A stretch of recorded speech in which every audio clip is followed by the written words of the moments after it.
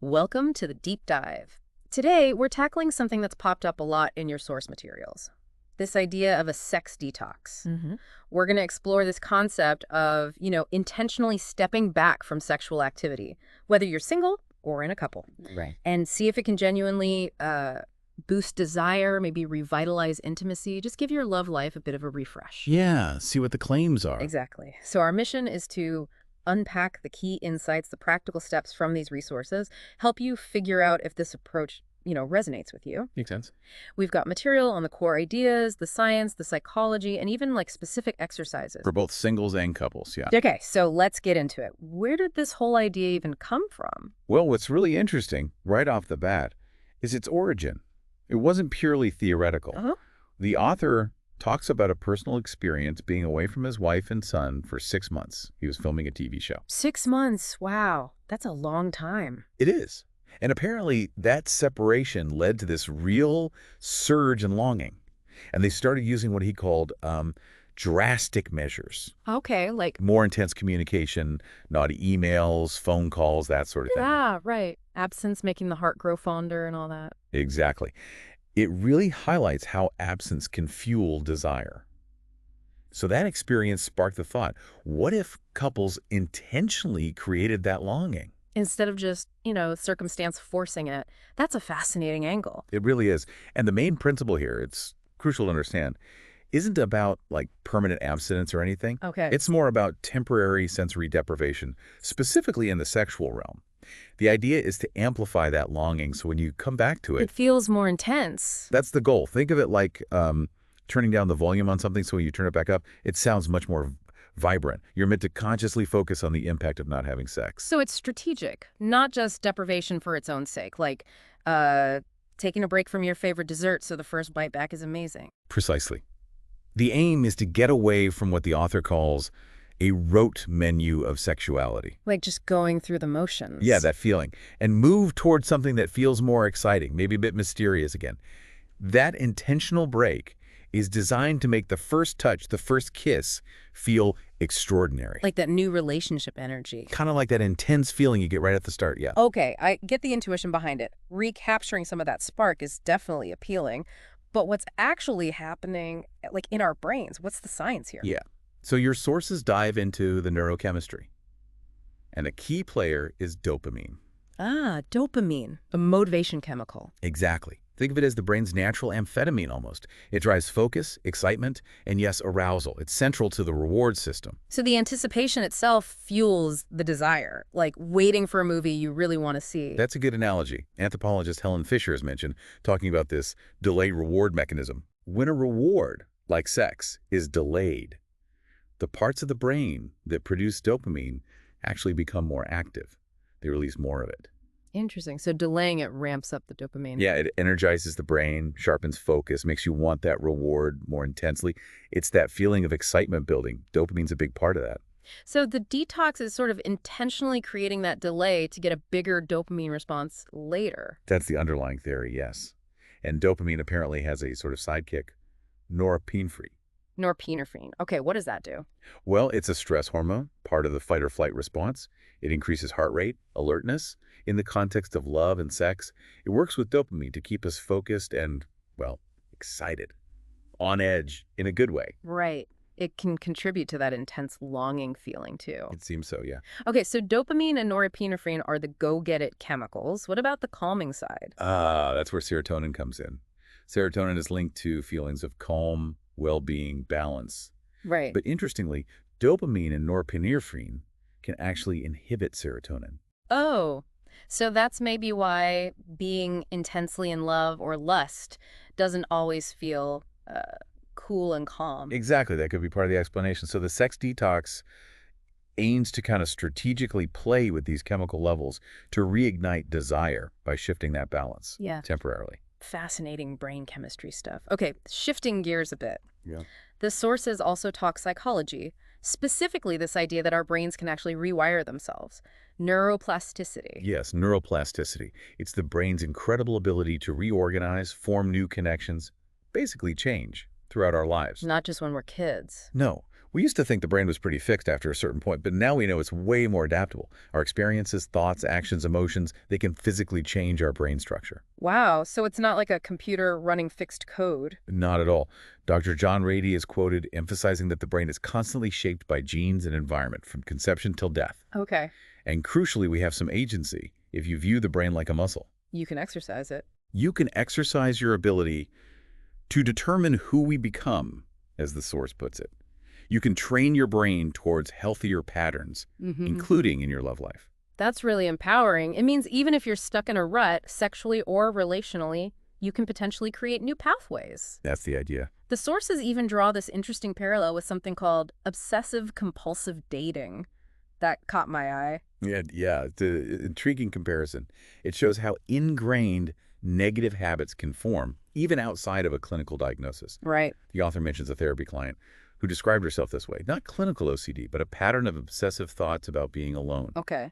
which led her to compulsively fill her calendar with dates she didn't even really want, just constantly checking her phone, feeling rejected by people she wasn't even into. So overwhelming thoughts driving repetitive, unwanted actions in her dating life. Exactly. And the author asks, if these negative habits can get so ingrained, maybe reinforcing certain neural pathways, could we approach treating love life issues similarly to how OCD is treated? How so? Maybe by learning to reevaluate those obsessive thoughts, reacting differently, and eventually, perhaps, altering those brain connections. That's a really thought-provoking connection. It shows how our brains can get stuck in patterns, even with dating.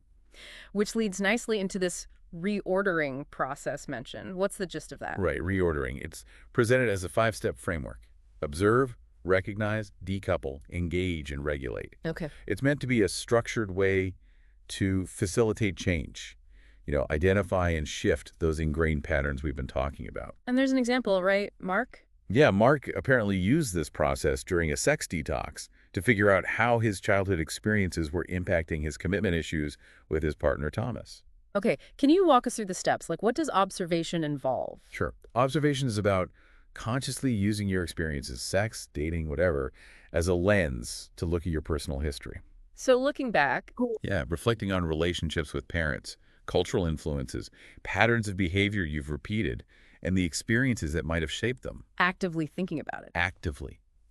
For Mark, this meant allowing himself to recall painful childhood stuff, like his father pulling back physically when he realized Mark was gay. Oh, That sounds tough. yeah. But the point is that consciously making time for that reflection, even if it's difficult, can reveal these buried emotions and patterns driving current behaviors. Okay, so observation is like gathering the data. What's next? Recognition. Exactly. Recognition is about connecting the dots, linking what's happening in your intimate life now with that broader life context you just observed. Seeing how the past influences the present. Right.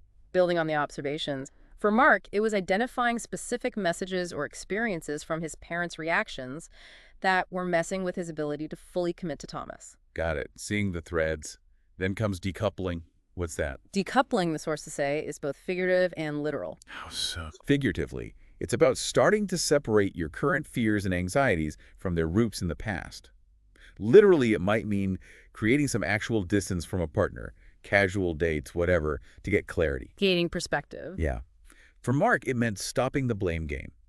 Not blaming his commitment issues on, say, the age gap with Thomas, but taking ownership of his own patterns and reactions stemming from his past. Right, challenging that knee-jerk reaction to pull away. Exactly. Recognizing the fear came from past stuff, not the current reality with Thomas. That feels like a really critical step, owning your stuff. What about engage? Engage is about actively trying out new behaviors. Because Mark became more aware of his feelings and their origins, he could consciously try to manage his connection with Thomas differently, more securely. It's about doing things differently. Testing new ways of reacting. Precisely. And trying to self-soothe in healthier ways. And the last one, regulate.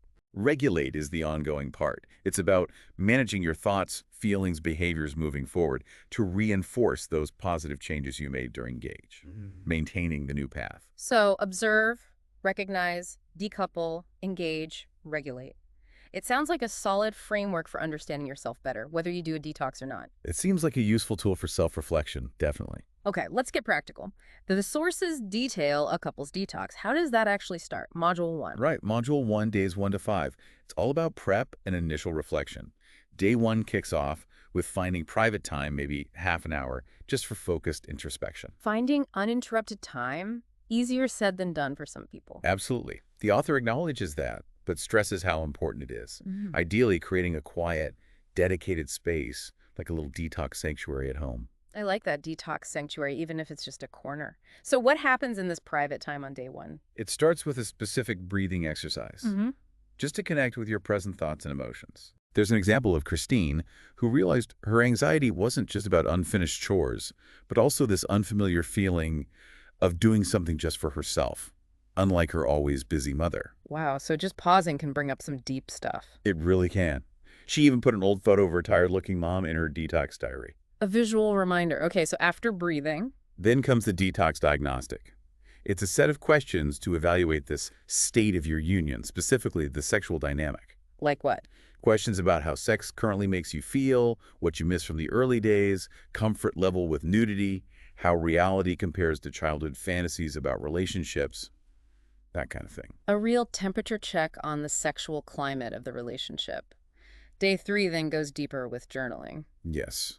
After the breathing exercise again, day 3 is about rereading day 1's journal entry and adding layers, more memories, related experiences, digging into the emotions. Building on the initial thoughts. Exactly. Trying to uncover those hidden connections influencing the dynamic. There's an example of Denise expanding on her initial reflections. So you're basically building a more detailed narrative of the relationship. What about masturbation during this phase? What's the guidance? It's acknowledged that 30 days without release is tough for many, so it's not strictly forbidden. Okay. But the key is doing it in a way that feels authentic, meaningful, and organic to the detox. Weird. Meaning avoiding routine habits or external triggers like porn. The focus should be on internal triggers, your own thoughts, fantasies, making orgasm feel more personal, connected to your own eroticism. Intentional self-pleasure, focused inward. Got it. That wraps up the initial bit. Module 2 then shifts to overall sexual health. Why so early? Module 2, days 6 to 9. It highlights the crucial link between general well-being and sexual health. It's not just about orgasm frequency reducing health risks, but more that being healthy allows for fulfilling sex. Right, it's foundational. Exactly. The goal is raising awareness of how things like diet, exercise, sleep, stress might be impacting your sex life without you even realizing it. It's holistic. Sexual health isn't separate from everything else. What specific areas does it cover? It looks at exercise, how it links to desire, confidence, prompts reflection on past desire levels versus activity. Makes sense. Diet is big too, nutrient density. Basically, heart-healthy food is libido-healthy food. Good rule of thumb. Stress is huge, obviously. Identifying your stressors, finding ways to reduce them, even looking at arguing patterns in health. Okay, lifestyle factors. What about other physical stuff? Hormones are covered, testosterone, menopause shifts, but emphasizes a satisfying sex life is possible at any age with a healthy lifestyle. That's important to hear. Also, drug and alcohol use potential negative impacts on blood flow, desire, and general physical wellness, dealing with health conditions, self-acceptance, feeling sexy regardless. It's a really thorough check-in. And day 7 has an activity. Yes, day 7 is about actively monitoring your day, noticing which activities help your sexual health and which ones hurt it. Like keeping a little log. Yeah. The example Sarah noted a stressful argument as hurtful, while vitamins and sleep were helpful. Then you compare days and try to consciously choose more helpful stuff. Bringing awareness to everyday choices. Okay. Module 3 then goes way back, sexual socialization. Days 10 to 15, yeah. This looks at how we were modeled regarding sex and relationships growing up. Childhood, adolescence. Our formative years. Exactly. What did you learn, internalize about intimacy, gender roles, whether sex was open or taboo? These early messages shape our adult attitudes, how we mate and relate. Understanding our own programming, basically. What aspects does it explore? Day 10 starts with how affection was modeled in your family, parent to parent, parent to child. Were there differences between siblings? Was physical discipline used, and how did that affect feelings about touch? Looking at the early blueprints for intimacy, day 11 uses photos. Yeah, day 11 suggests looking through old family photos, videos, specifically for signs of physical affection. Interesting. What's the goal? To see if affection changed over time. Notice differences between kids. Reflect on how those images make you feel now compared to maybe public interactions today. Claire's example links her dad's overprotectiveness to her adult trust issues. Using visuals to unlock memories. Day 12 gets more into physical touch with parents. Right. Questions about how you felt being touched, hugged, kissed as a kid. Then comparing those feelings to how you feel being touched or cuddling with a partner now. Looking for correlations. Exactly. And the reordering process comes back here. Shelley's example shows her learning to avoid detaching during touch by recognizing a pattern from childhood. Actively trying to shift those old reactions. Day 13 zooms in on gender assumptions. Yes, how gender roles were modeled, were boys and girls treated differently. Double standards for chores. Did you emulate or rebel against your same-sex parents' gendered behavior? And there's a questionnaire. A true-false quiz on day 13 with common gender stereotypes. Answer honestly. The point is seeing which ones you might still unconsciously hold and where they came from. And also, observing your own household routines now, how you and your partner fit or challenge traditional roles. Bringing those unconscious biases to light. The module ends by touching on negative home environments. Briefly, yes. It outlines 4 general types: critical, overtly sexual, anxious, and unaffectionate. Not for deep analysis, but just to reflect if your upbringing, shared characteristics, and how that might connect to current intimacy issues. Acknowledging those early environmental impacts. Okay, Module 4 moves to romantic history, previous relationships. Days 16 to 20 focus on formative firsts and past relationships. Day 16 starts by saying sex is more than physical, it's psychological, cultural. Right. Then it asks you to reflect on early sexual experiences, first time touching yourself intentionally, oral sex, etc. Rate them, place them on your timeline. They're little anecdotes showing the range of feelings involved. Mapping out the early sexual landscape. Day 17 tackles losing virginity specifically. Yes, because it often carries so much cultural weight. You're encouraged to write about your experience, not just what happened, but what it meant then, your expectations. Multiple perspectives. Yeah, write about it objectively, like a third person, then from your internal feeling thought perspective. And finally, imagine an idealized version. Comparing reality to hopes. See if there's lingering stuff. Day 18 is relationship dreams versus deal breakers. Exactly, a list of common desires expectations. Pick 9 that are your dreams. The rest are potential deal breakers. Helps clarify core needs and boundaries. Defining non-negotiables and deep desires. Day 19 talks about relationship ghosts. Yeah, reflecting on past relationships that might still be subtly influencing things now. Unresolved issues, lingering hurt, repeated patterns, identifying unfinished emotional business. Things from the past still casting a shadow. Day 20 pulls it all together. Yes, summarizing key insights from this module. How past experiences might affect your present relationship, and thinking about constructively communicating what you learned with your partner. Integrating the discoveries, maybe sharing them. Okay, Module 5 gets really personal. Our individual love map. Days 21 to 25. This is about exploring your unique erotic blueprint, turn-ons, turn-offs, fantasies, fears around intimacy. Looking inward for your desires, not just relying on external influences like media. Tuning into your own erotic frequency. Day 22 is about fantasies. Yes, describing favorite or recurring fantasies in detail. Reflecting on what elements arouse you, any shame attached, possibility of sharing with a partner. Kate's example involved watching your partner with someone else. Understanding what excites you imaginatively, even taboo stuff. Day 23 looks at erotically memorable experiences. Exactly. Reflecting on one specific intense experience. Detailing what happened, how it felt, then guiding questions help analyze it. What caused arousal? Taboo aspects, negative factors that heightened intensity. Themes, attempts to recreate themes, connections to other life areas. Arthur's encounter with Melissa is a vivid example. Dissecting those peak experiences to understand underlying desires. Day 24 explores a safe, sexy danger zone. Yes, specifically focusing on submission dynamics, identifying at least one submission-related turn-on and one turn-off.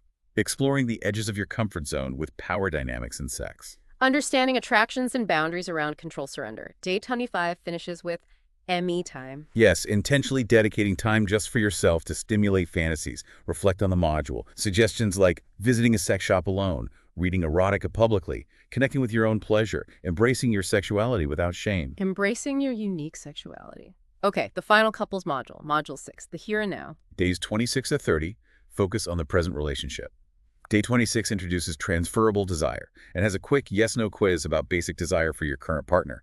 Sexual feelings, attraction, pride in being with them. A direct pulse check on current desire for your partner. Day 27 evaluates emotional and sexual connection. Yes, 2 lists of positive interactions, one emotional, one sexual. You reflect on frequency. Benchmark examples are given. 12 plus emotional activities, 4 plus times a week, suggests strong bond.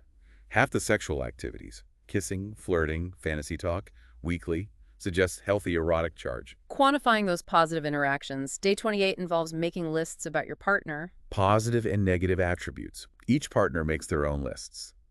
The goal is fostering a balanced, realistic perspective, acknowledging strengths and shortcomings. Sarah and her partner's lists are examples. Seeing the whole person, warts and all, day 29 covers the sexual response cycle. Yes, a quick overview of desire, arousal, orgasm, resolution. Discusses common obstacles in each stage. Then introduces rejuvenation exercises. Like what? Warming up, reviewing detox diaries together, touching to tune in, non-genital touch, touching to turn on, exploring arousal without pressure, and touching to transcend, integrating fantasies into shared intimacy. A practical guide to re-engaging physically. The 4 poles come back too. Domination, submission, exhibitionism, voyeurism. Revisited as a framework for couples to explore fantasies, create a common love map. Not about pressure for kink, but understanding each other's erotic drivers. Finding a shared language. And it addresses navigating differing desires, using a threesome conflict example. Emphasizes communication, respect, empathy. Crucial for navigating sensitive topics. Day 30 concludes the couple's detox. Yes, emphasizing self-acceptance, intimacy as an ongoing process. And importantly for singles, introduces stage 2, stop, drop, and listen for returning to dating. Okay, what's that about, briefly? Being mindful of knee-jerk reactions or overthinking after dates, encouraging a more present, less anxious approach to getting back out there. Stepping back into dating with new awareness, avoiding old patterns. Wow, this has been incredibly thorough. A really deep dive into the sex detox idea from the sources. So to wrap it all up, what's a final thought for listeners? Well, considering everything we've unpacked, this multifaceted approach to understanding, maybe revitalizing one's sex life, ask yourself, what specific aspects of your desires, your relationship dynamics might be illuminated by some intentional reflection, maybe even that temporary step back? And could really exploring and understanding your own unique love map more deeply lead you down some unexpected, fulfilling paths towards greater intimacy, whether you're partnered up or single right now? Some really powerful questions to think about. Thank you for guiding us through all of that. My pleasure. And thank you all for joining us on the deep dive. Until next time.